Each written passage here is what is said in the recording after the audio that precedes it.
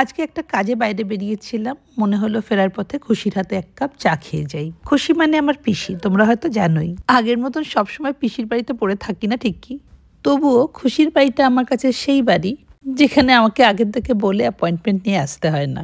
Hello বন্ধুরা, কেমন আছো তোমরা? আশা করছি তোমরা সকলে খুব খুব খুব ভালো আছো।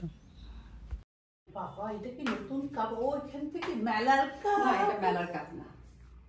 এটা মেলার না, কিন্তু আমি এরকম দেখেছি শেপের এবার মেলায় অনেক ছিল, খুব ভালো লাগছিল, নেওয়া উচিত ছিল।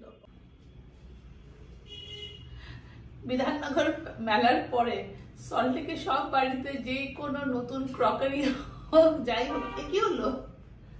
কারেন্ট যাচ্ছে নাকি? কারেন্ট গেল, দেখো। আর জলের ঘন করিনি, জল জল আসছে এর মধ্যে। চাটা ভালোই লাগছে, তাই না? খুব ভালো লাগছে। তুই দেখা খুশি কি কিনলি? দেখা একটুখানি মেলা থেকে কি কিনেছিস? শুনেছি কিনেছো, কিন্তু এখনো দেখা হয়নি, আমার তো আশাই হয়নি। দেখা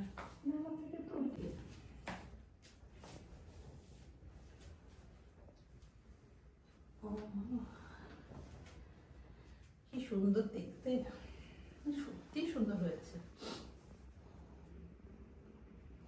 গরমে পর, আর আমি ভেবেছিলাম একদম পশমিনা উল নাকি, এত পাতলা পশমিনা উল নাকি, না তো গরমে পরা চিজ কটনের মতো। বাবা কি সুন্দর কাফতান। আচ্ছা, ভালো লাগে। শুধু কাফতান, একটা লম্বা বুটস পরে ঘুরে বেড়াবে বিদেশে। তুমি তো দেশে থাকো না, বিদেশেই থাকো। গরম আমি একবার পরবো নিয়ে তোর কাছ থেকে। তুই তো সাইড মেরে দিয়েছিস। মেরে দিয়েছি, তাহলে আর কি পরবো, আমি তো লুজ পরি। তাহলে তো টাইট হয়ে যাবে। হ্যাঁ, তাহলে টাইট হয়ে যাবে। না না, কাশ্মীরিটা এবার খুব ভালো। বাংলাদেশ আসেনি ঠিকই, কিন্তু কাশ্মীরের খুব ভালো কালেকশন ছিল এবার, খুব ভালো কালেকশন। কয়টা মুড়িগুলো থাকে কেন বলতো? শুধু রাস্তা মুড়ি না,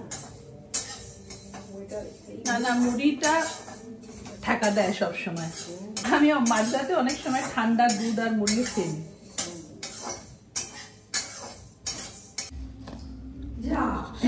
মুড়ি হয়ে গেছে, কিন্তু বাদাম হাওয়া। মনে হচ্ছে খুশির ছেলে বাদামটা খেয়ে নিয়েছে, সেই জন্য জিজ্ঞেস করতে গেছে। ঠান্ডা লেগে সারাক্ষণ একটা গায়ে জ্বর জ্বর ভাব, তাই খুশির বাড়ি থেকে ফিরে আমি চুপচাপ বাড়িতে শুয়েই ছিলাম। তবে বরুণদা, আমার বন্ধু বউয়ের হাজবেন্ডের শরীরটা সত্যি ভালো নেই। আজ যাব কাল যাব করে যাওয়া হয়েই উঠছে না। বিছানা ছেড়ে আজকেও উঠতে ইচ্ছে করছিল না। আগে বুকে ফোন করে জিজ্ঞেস করে নিলাম বাড়ি ফাঁকা আছে কিনা। বরুণদাকে দেখতে প্রায় অনেক লোকজন আসে, আর আমি একটু বউয়ের সঙ্গে একলা সময় কাটাতে চাইছিলাম। বউ যখন বলল আজকে বাড়িতে কেউ নেই, আমি আর দেরি করলাম না। দেখছো, বড় একটা ডাব্বা নিয়ে ফুচকাওয়ালার কাছে পৌঁছে গেছি। ভেবেছিলাম বউয়ের জন্য ফুচকা নিয়ে যাব, তাই বক্সটা একটু বড়ই নিয়ে গেছিলাম। তারপর ওখানে গিয়ে মনে হলো চুরমুর নিয়ে যাই। লাস্ট টাইম যখন মায়ের কাছে চুরমুর নিয়ে গেছিলাম, মায়ের খুব ভালো লেগেছিল। মায়ের কথা বলতেই মনে পড়লো খুব তাড়াতাড়ি একদিন মায়ের কাছে যেতে হবে। আসলে দিদি এখন এখানে নেই, দিদি গেছে জামাইবাবুর কাছে মুম্বাইতে। আর দিদি না থাকলে মা একটু একা হয়ে যায়। যেহেতু কাছাকাছি থাকে, তাই ও প্রায় চলে যায় মায়ের কাছে।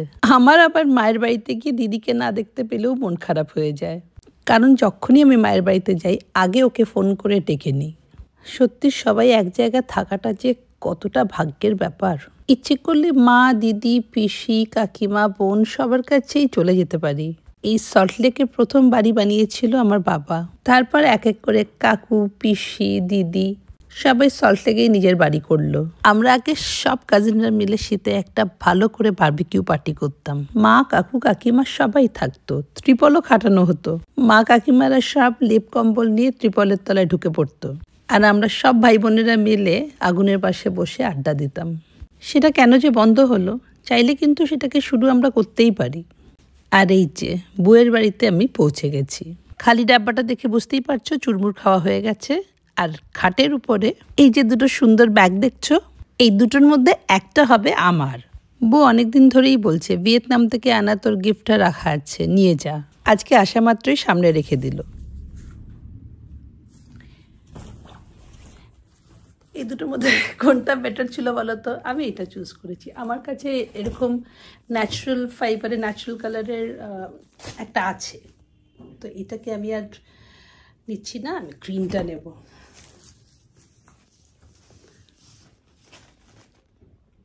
বউয়ের এই নতুন বাড়িটার হোম ট্যুর দেওয়ার একদিন আমার খুব ইচ্ছে আছে। বউ আর সানি যেরকমটা চেয়েছে বরুণদা সেরকম করে এই বাড়িটা বানিয়ে দিয়েছে। 4 বেডরুম একটা মস্ত বড় অ্যাপার্টমেন্ট। 2টো বেডরুম ফার্নিশড হয়েছে, 2টো এখনো আনফার্নিশড। যেহেতু বউয়ের ছেলে শেফ, তাই কিচেনটাও নিজের মনের মতন করে বানিয়েছে। আর এই কিচেনটার উপরে আমার সব থেকে বেশি লোভ। আমি ওকে আজকেও বলেছি একদিন কিচেনটাকে ভালো করে গুছিয়ে রাখিস, যাতে আমি সানির এত শখের কিচেনটার একটা কিচেন ট্যুর দিতে পারি। তবে একটা কথা কি বলতো, কম বয়সে আমরা অনেক ছড়িয়ে ছিটিয়ে থাকতে ভালোবাসি, we like to spread out. কিন্তু যত বয়স বাড়তে থাকে আমরা গোটাতে শুরু করি। তখন একটা বড় বাড়ির থেকে একটা ছোট বাড়িই বেশি ভালো লাগে। আর সবসময় উল্টোটাই হয়, যখন দরকার থাকে তখন আমাদের কাছে থাকে না, আর কখন পাই, যখন দরকার ফুরিয়ে যায়। হ্যাপি মকর সংক্রান্তি। সকাল সকাল সংক্রান্তির দিনে দুধ জাল, ঘুম থেকে উঠে এখন দুধ জাল দিতে বসেছি। 2 লিটার দুধ আছে, এটাকে একটু ঘন করতে হবে। অল্প স্বল্প পিঠে তো বাড়িতে আজকে বানাতেই হবে। আর এদিকে দেখো পাটিসাপটার পুর বানানো হচ্ছে, নারকেল আর খোয়া দুটো দিয়েই বানাচ্ছি। অনেকে শুধু নারকেলের পুর দেয়, আবার অনেকে শুধু খোয়া দিয়ে করে। আমার আবার দুটো একসঙ্গে মিশিয়ে এটাই করতে ভালো লাগে। একটু নারকেলের টেস্টও থাকবে, একটু খোয়ার টেস্টও থাকবে। একটু গুড় দেবো, চিনি দিয়ে করা আছে তাই একটু লাস্টে একটু গুড় দেবো।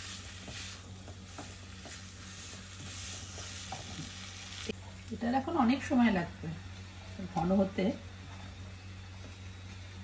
এইটাই আর কি, টাইম টেকিং। একটু পাটালি গুঁড়ো দিয়ে দিই। হ্যাঁ ঠিক।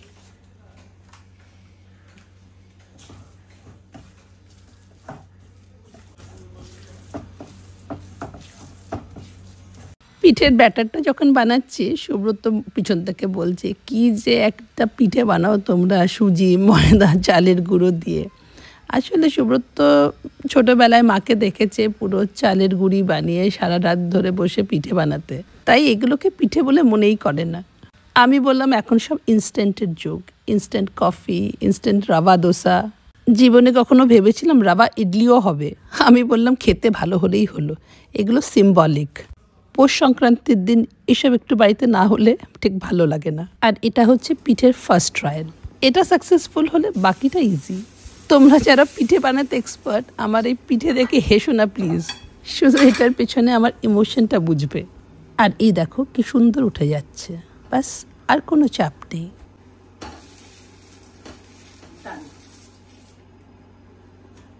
আগে ফ্যামিলি যখন বড় ছিল, খাওয়ার লোকজনও অনেক বেশি ছিল, তখন আমার মতন এই 2-4টে পিঠে বানাবার কথা কেউ ভাবতেই পারতো না।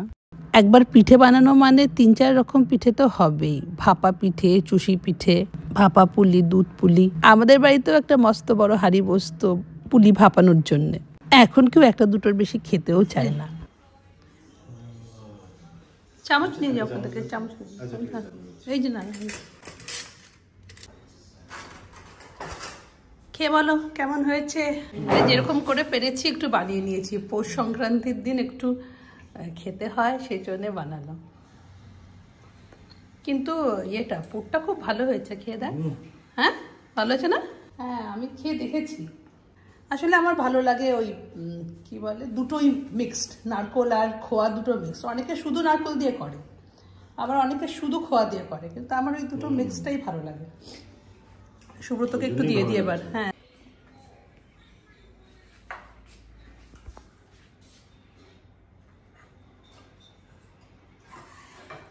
বুকে দেবো বলে অলরেডি তুলে নিয়েছি, এবার গিয়ে বুকে দিয়ে আসবো।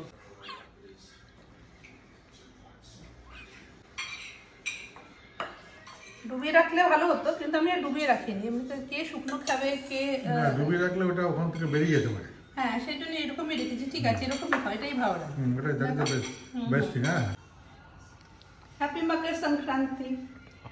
কি যে ভালো হয়েছে আমি কি বলবো, নিজে বানিয়ে নিজেই প্রশংসা করছি। সকালবেলা উঠে একবার ভেবেছিলাম কিছুই করব না, প্রচন্ড লেজি লাগছিল। তারপরে একবার শুরু করেছি, হয়ে গেছে। কি ভালো হয়েছে খেতে, ভালো হচ্ছে না? হ্যাঁ, খুবই ভালো। ওই মেলাতে যা খেয়েছি তার 1000 টাইমস বেটার।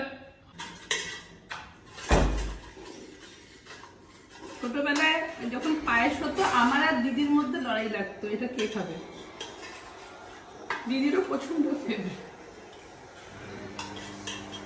এটা তো শেষের দিকটা, আগে খেয়ে নিয়েছি কেটে রেখে। সেটা হচ্ছে সব থেকে টেস্টি।